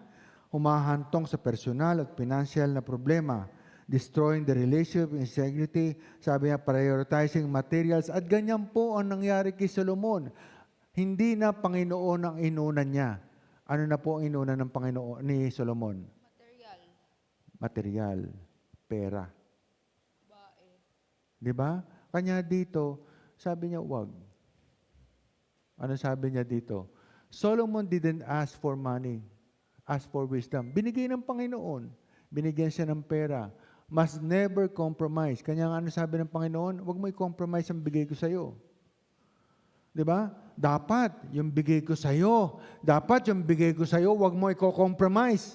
Wag mong ipamimigay yan dahil gusto mo lang. Kailangan tama. Di ba? Kailangan ayusin mo. Tapos, kanya nga dito, sa ating pong church, dapat ayos. Di ba? Kanya nga dito, going to heaven. Sabi niya, going to church, going to heaven is not a guarantee. Pero dapat gagawin natin kung ano tama na nasasabi ng Panginoon. Ano sabi sa Titus? Bakit? Sabi ni Brother Roldan sa kanyang pasimula, ngayon po, sabi nga dito, pasama ng pasama ang panahon. Ano sabi niya dito pag binasa natin? Sinabi ng isa sa kanila rin na ang isang propetang sarili nila, ang mga taga-Kreta, kailan pa man ay mga sinungaling, masamang hayop, matatakaw na mga tamad. Amen. Kanya nga dito, even sa government, wala nang umaamin. Lahat tama. Sino lumusob? Wala. Wala kaming ginagawa. Sino sisihin natin? Wala. It's the same. Cretans and us and the Word. Pag tinignan mo yung Word, di ba? Tinignan mo. Pag tinignan mo si Trump, tinignan mo yung Iran, tinignan mo yung, huwag ka nang lumayo, tinignan mo yung buong mundo. Sino tama? Lahat sila, tama. Sino may mali? Walang mali. Ano sinasabi? Ang panahon ngayon, sabi nga ni Brother Roldan, mga sinungaling, masasamang hayop, mga tamad. Bakit? Lahat na, puro tama. Ayaw na magtrabaho. Di ba? Kanya dito, sabi niya sa patuloy natin, ang patotoong ito ay tunay dahil dito'y sawayin mong mga kabagsikan sila upang mga pakagaling sa pananampalataya. Amen. Kanya dito, ang sinasabi dito, may kabaksikan. Alam mo ba, minsan makikita mo, yung kung sino yung may mali, talagang galit na galit. Di ba? Kanya dito, sa atin pong panahon, hindi mo na alam kung sino tama. Kaya kung minsan, ayoko nang manood ng kahit ano. Mas gusto ko pang panoorin at basahin yung teaching. Bakit? Dahil dito, pag ito ang pinakinggan mo, ang salita ng Panginoon, puro tama, walang mali. Dahil siguraduhin mo lang ang pinapakinggan mo, tama. Di ba? Kanya po dito, sabi sa Roman, Sapagkat ang hindi magawa ng kautusan na mahina sa pamamagitan ng laman sa pagsusugo ng Diyos sa kanilang mga sariling anak na gayon lamang sa larin at dahil sa kasalanan ay hinatulan ng Diyos sa laman ang kasalanan. Amen. Kanya dito, no Lord, she said. And Jesus said, neither do I. God and sin no more. Sabi, go and sin no more. Sabi dito ng Panginoon, pag tayo in Christian life, stop. When God said stop, stop. Bakit? Dahil ang gusto ng Panginoon, matapos natin, pumunta tayo sa langit, stop. Diba? Huwag mong compromise ang Panginoon. Pag sinabi ng Panginoon, sabi nga dito, at ito po ay mga tao na nagkasala sa Kanya. Marami siyang pinarusahan dito na lahat po na hindi ko na dapat sabihin pa kung sino pinarusahan niya. Nakapupulutan natin ng aral dahil alam natin ang Panginoon nakilala natin nagagalit. Diba? At gusto natin, sabi nga dito, wag sa atin magalit. Sabi niya dito, the truth always comes out in the end. No matter how hard you try to hide or stop it, lies are just temporary delay. Today, inevitable. Wala pong kasinungalingan na hindi nabubuko. Nadi-delay lang. Kanya nga po tayo dito, hanggat maaari, ang gusto natin, itama. Diba? Ano sabi niya? The truth always comes out in the end, no matter how hard anyone tries to hide it, stop it. Lies are just temporary delay. Sabi niya dito, God hate liar. Kanya nga po dito, basahin natin, na huwag makinig sa mga katha ng mga Hudyo, sa mga utos ng mga tao na nagsisinsay sa katotohanan. Sa malinis, ang lahat ng mga bagay ay malinis. Datapwat sa mga nangahawa at di nagsisampalataya ay walang anumang malinis. Amen. Kundi pati ang kanilang pag-iisip at kanilang budhi ay pawang nangahawa. Amen. O kanya Sila'y nagpapanggap na nakilala nila ang Diyos, ngunit ikinakaila sa pamamagitan ng kanilang mga gawa. palibhasa'y mga malulupit at mga masuwayin at mga itinatakwil sa bawat gawang mabuti.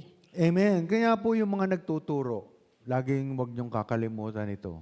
Sabi sa Titus, si Pablo, sinasabi doon sa nagtuturo kay Tito, sila'y nagpapanggap na nakikilala ang Diyos, ngunit ikinakaila sa pamamagitan ng kanilang gawa. Palibhasa mga malulupit, ang mga masawayin, ang mga itinatakwil sa bawat gawang mabuti. At dito po tayo nagtatapos. Nang sinasabi dito, God wants us to be a finisher. God wants us not to be a victim, but a victory sa atin. Ang Panginoon, ang gusto niya, kunin mo ang word, and the word become wisdom, and the wisdom become action, and full of graces na tayo po ay mangyayari sa atin. Shall we say amen? Ayan. Kaya po, yung pinasimulan, napakabuti po ng may simula at may katapusan. Yung simula, wag natin pipigilin. Ano ibig sabihin? Napapansin ko lang po, nung yung mga anak ko hindi na nag-memory verse, baka po pwede yung mga bata, dahil sinasabi nila doon, puro anak ko nag-memory verse, yung mga susunod sana, yung mga bata. Yung iba naman, mag-memory verse bago kumanta. Dahil itinatanim po ito. Kasi yung mga anak ko, kumakanta na, mana kay daddy, magaling kumanta. So, tuloy-tuloy lang po ang ginagawa. Parang ayaw niyong papigil. May mga tumatawa. Kayo na nakakaalam doon. Pero ang nagtuturo doon, wala pong iba kundi ako. Hindi. Napapanood po kasi lahat sa YouTube. Yung pagka pinapanood ko po doon yung Sherry, yung nagtuturo, gano'n. So, mababa, mataas. Sabi ko, yun ang panoorin mo kasi gusto ko matuto kang kumanta. So, ito po, wag natin sanang putulin. Masarap po yung sinimulan, tapos itutuloy po dahil kami po ni Sister Lloyda, gustong-gusto namin magpasimula. Yung youth, wag nating pabayaan dahil yung youth, nasimulan po natin na 8:30 nagsisimula. Don't be late. Gusto natin, tuloy-tuloy yun. At pag nag-asawa kayo, dito na kayo. At yung sinasabi natin, Brother Rogie, yung pinopost mo, gusto ko pa rin, tinatanong mo sa akin, Brother, Pastor, yung bang may title? Gusto ko, ano ba title mo? Gusto ko, tinatanong mo ko. Dahil ang pinopost mo, kahit wala akong picture, hindi ko kailangan sumikat.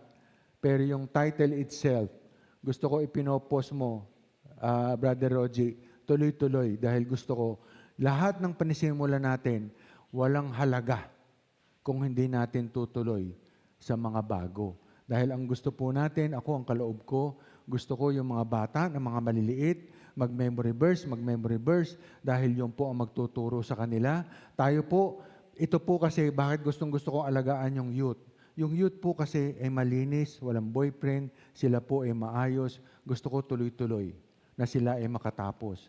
At yung pagkatapos po, yung mga susunod na generation, na yung mga anak namin na kumakanta dito ng mga bata, gustong-gusto ko po yun na matuto sila ng memory verse dahil ito po, lahat yun.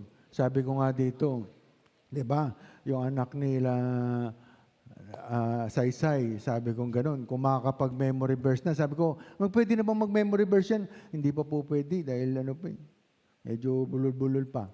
Sabi ko, how I wish, kung hindi siya makapag-memorize, yung iba po, pag-memorize natin. Yung anak po natin, huwag nating pabayaan dahil ang word become wisdom, and ang wisdom become action, and wisdom and action will become our son or daughter future. Alam niyo ba yon?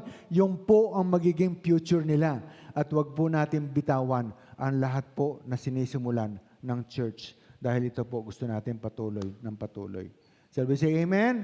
Palakpakan natin ang ating Panginoon. Di ba? Tayo po tumayo at magpasalamat sa Panginoon. Panginoon, marami pong salamat dahil totoo na pagka ang sinasabi mo, don't live and teach lies. Dahil sa atin po, Panginoon, nakatulad po ni Solomon, sapat na po ang iyong mga salita. Sapat na po ang iyong mga salita dahil ang iyong mga salita ay maraming pag nakuha ng bawat isa, ay marami pong ibibigay ka sa amin. Nakatulad po ni Solomon, na hiningi ay iyong salita, wisdom and words na ibibigay na pamumuhay namin. Dahil pag ito po ang hiningi namin, alam namin na papalitan mo ng anumang aming kahilingan. Panginoon, panatiliin mo kami na nakakapit sa iyong salita. Alam namin, Panginoon, na pag-uwi namin, ito ang lahat ng bagay ay ibibigay mo sa bawat isa sa amin. Hindi mo man ibigay sa aming mga magulang, ay bibigyan mo ng kalakasan ng aming mga anak, ang aming trabaho, ang aming ginagawa. Panginoon, alam namin na kahit huwag mo sa aming ganti mo na lang sa mga anak namin ang aming panalangin dahil alam namin kami, Panginoon, ay nagkasala na. Pero ang aming mga anak ay hindi pa nagkakasala dahil alam namin sila ay malinis. Panatiliin mo ang mga salita ay nasa kanila dahil ayaw naming madungisan ang kanilang kinabukasan. Panginoon, ang aming mahal sa buhay na nasa ibang bansa, si Brother Toto at ang asawa ni Sister Ami, sila John, ay wag mo po silang pababayaan. At aming mga anak, Panginoon, ay lagi mo po titignan habang sila ay nagtatrabaho sa ibang bansa. Tulungan mo sila na makilala ka, Panginoon, dahil alam namin ang aming ginagawa ngayon na pananampalataya sa Panginoong Hesus ay yun ang tama at yun ang daan para mapunta sa langit. Tulungan mo ang aming mga mahal sa buhay na makilala ang Panginoong Hesukristo dahil alam namin ang ginagawa namin lahat ngayon ay para sa Panginoong Hesus. Panginoon, sa aming pag-uwi, sa aming pagtatrabaho bukas, sa aming pag-uwi, bigyan mo kami ng kapahingahan. Sa aming pagtatrabaho bukas, si Sister Loida, ibigyan mo ng malinaw na pag-iisip, bigyan mo ang kumpanya ng maayos na pamamalakad, bigyan mo ang kumpanya ng maayos na empleyado, bigyan mo ang kumpanya ng mga nagtatrabaho kahit na walang nakakakita, dahil alam namin, Panginoon, na Ikaw ang nakakakita sa lahat ng bagay. At ito ang gustong-gusto namin, Panginoon. Sabi nga namin, Panginoon, Ikaw ang nakakakita, ipuspusin mo kami lahat ng bagay sa aming kahiligan dahil patuloy namin itataas ang iyong pangalan, patuloy namin iuuwi ang iyong mga salita, patuloy namin gagawin ang iyong mga kagustuhan at sa amin pong lahat ng bagay na aming ginagawa, itataas ka namin, Panginoon. We ask you this through Christ our Lord. Amen and amen and amen. Palakpakan po natin Panginoon.